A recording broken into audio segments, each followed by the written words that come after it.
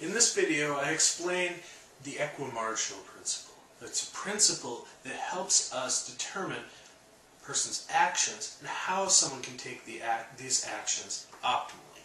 So the equimarginal principle says, if an activity is worth doing at all, equate your marginal benefit equal to your marginal cost. The definition of marginal is central.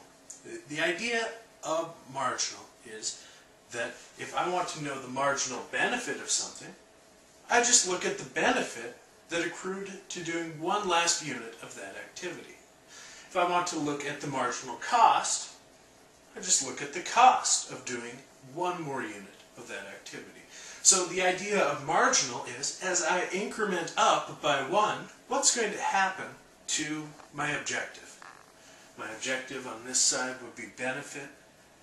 How much does your benefit increase? How much does your cost increase? And so that is the idea with the equimarginal principle. It's that if you want to maximize some objective, equate marginal benefit to marginal cost. You are a coach on a basketball team, and you are asking yourself, how many shots should our star player take? Your assistant coach comes up to you and says he should take all of the shots because he makes a higher percentage, he makes more on average than the rest of the players on the team. Suppose that you go to this player and you ask, what is the marginal benefit of giving him another shot? And he's taking all of the shots. What you'll notice is that this player will have a lot of people guarding him. In fact, if the other team knows that that the only player who shoots is the star player, then they're going to have all 5 people guarding that person. So it's clearly not the optimal strategy to have him taking all of the shots, because there's no way that one person could be able to beat the other team single-handedly. You might as well have the other 4 just sit on the bench. And you never see this happen, even at the professional level, where you have a clear superstar like, say, LeBron James. You might see double teams on LeBron James. You might see them divert some resources on defense away from other players to guard him because he's better. But you don't see all 5 players guarding one person. That just never happens. And you never see one person take all the shots.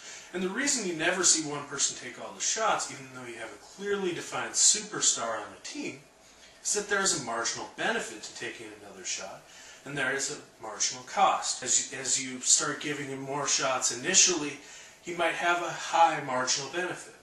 But as the other teams divert resources toward guarding that person, the marginal benefit declines. And in fact, it becomes more costly on the margin to try to even get it to him. We want to do this graphically. Marginal benefit, or marginal cost, as the number of shots increases, the marginal benefit declines. As the number of shots increase, the marginal cost increases. Both phenomena, this marginal cost, you can think of as trying to get the ball to the player so he can shoot. This marginal benefit you can think of as more shots. If he takes more shots, he has to take worse potential shots if you tell the star player to take more shots.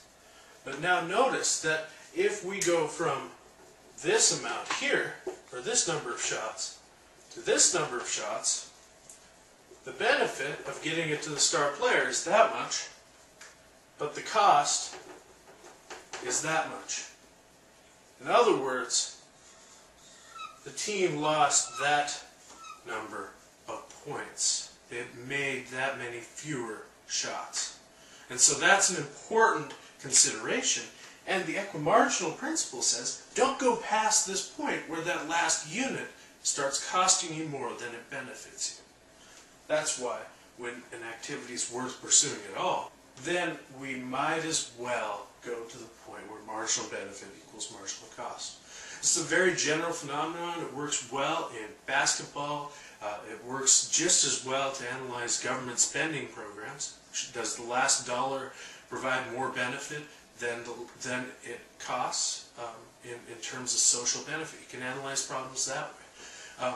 Does the last dollar that I spent give me more utility on this good than this other, than if I spend it on another good?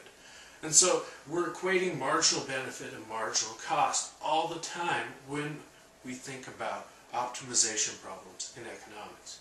This is commonly brought out when we talk about the behavior of firms, but it applies equally well to consumers and just as well to governments. And so this is a very general principle, but it is something very fundamental to understand and apply within economics.